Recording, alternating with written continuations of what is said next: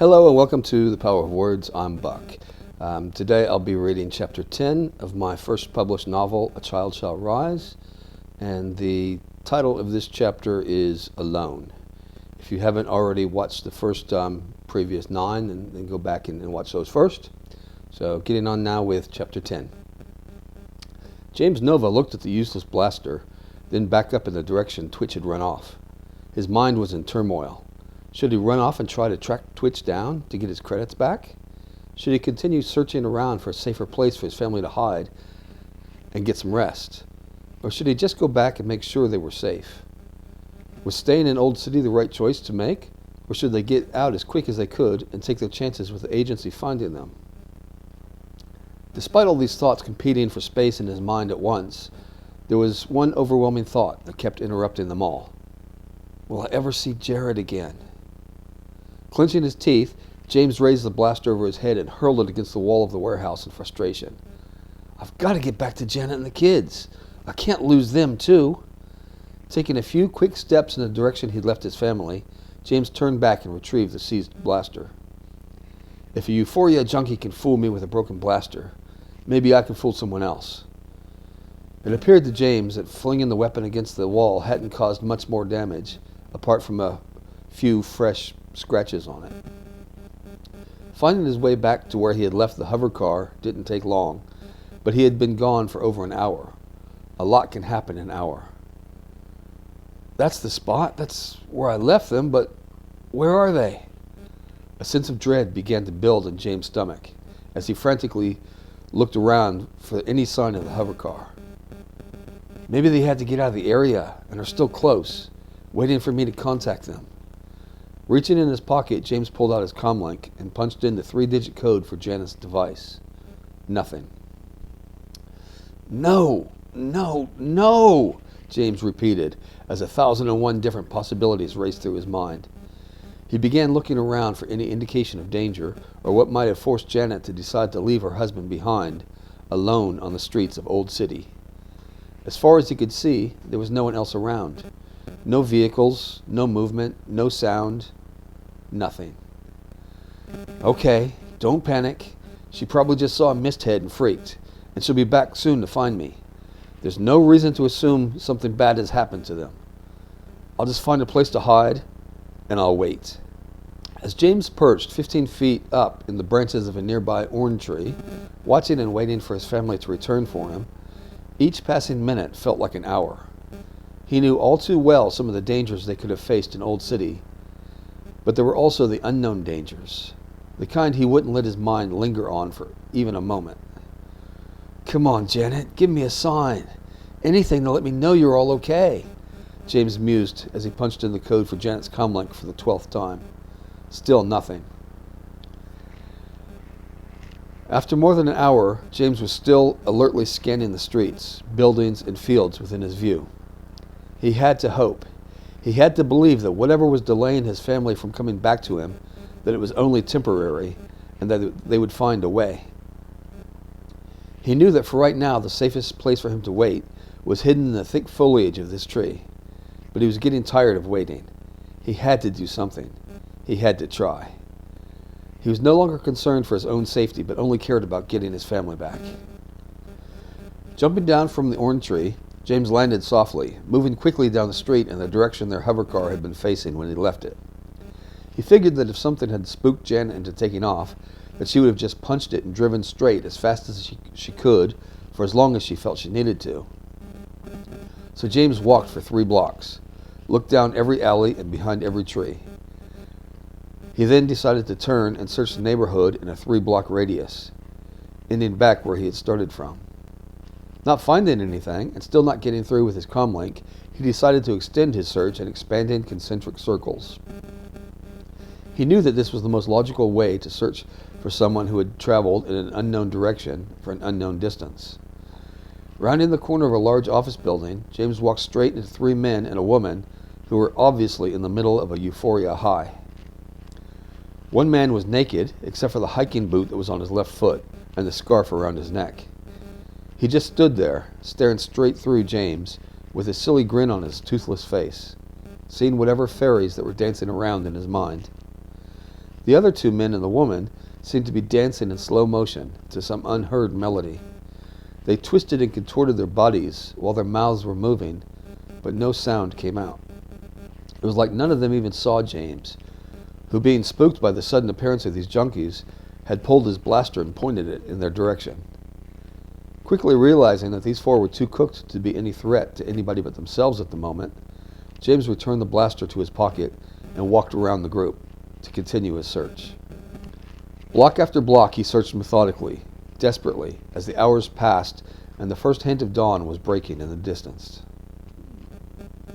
Stumbling, exhausted, back to the spot where he had last seen his family, James climbed back up the same tree he had been in before and wedged himself between three branches.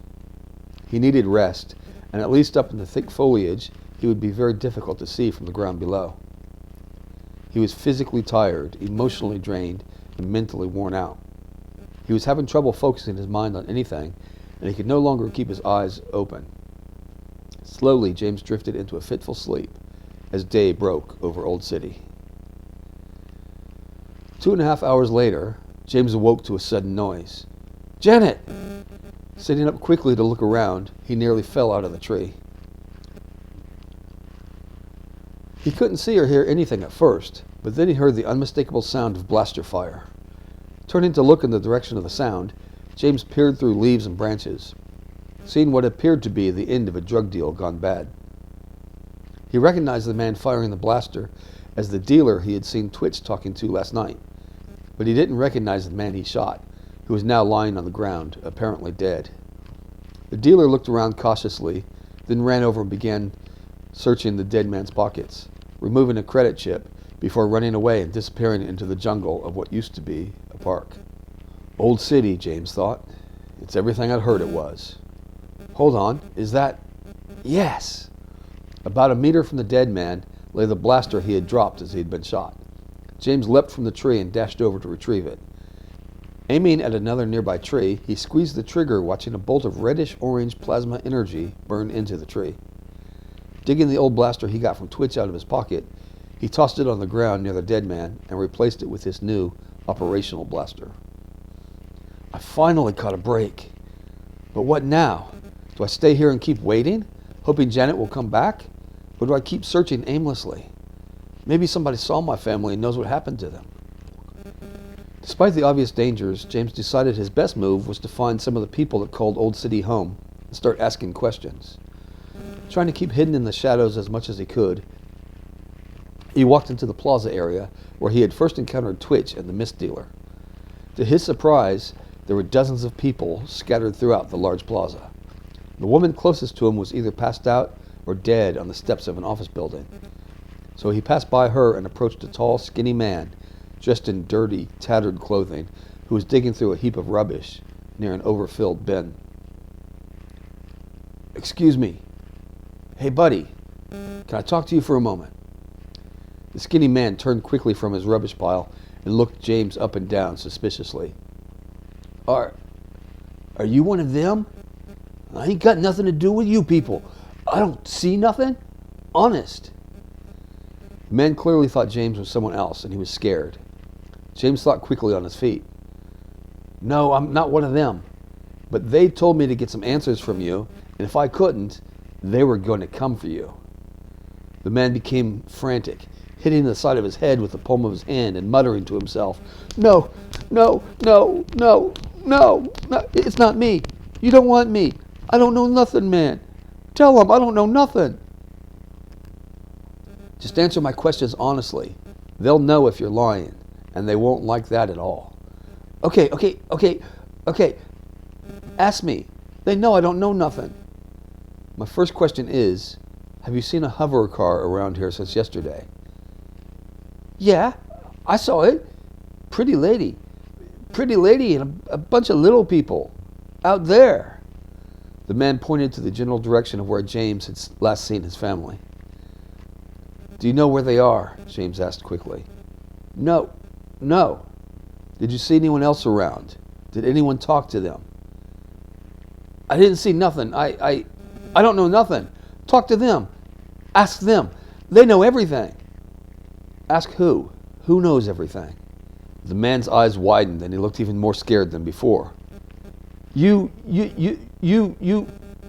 don't know them. I don't know nothing. I don't know nothing.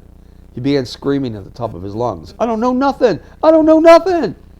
Over and over he yelled that, banging the palms of his hand against his head. Now everyone in the plaza, who wasn't too oblivious from misting to hear anything, was staring toward James and the skinny man.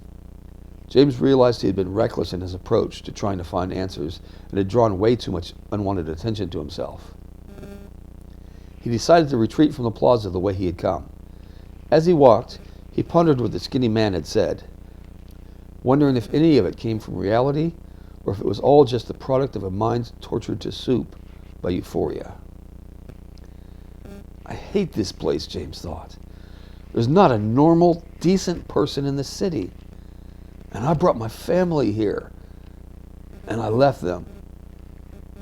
I left them alone with no protection. And now they're gone. What kind of man brings his wife and children to a place like this and leaves them alone? Lost in his troubled thoughts, James didn't notice the two well-dressed men following him from a distance. Okay, well, that's chapter 10 of A Child Shall Rise. So things are beginning to escalate. To find out what happened to Janet and the kids. To find out what James is going to do next. To find out what's going on with Agent Gray and the agency. Tune back in to listen to chapter 11 of A Child Shall Rise. I'm Buck, and you've been watching The Power of Words. Have a great day.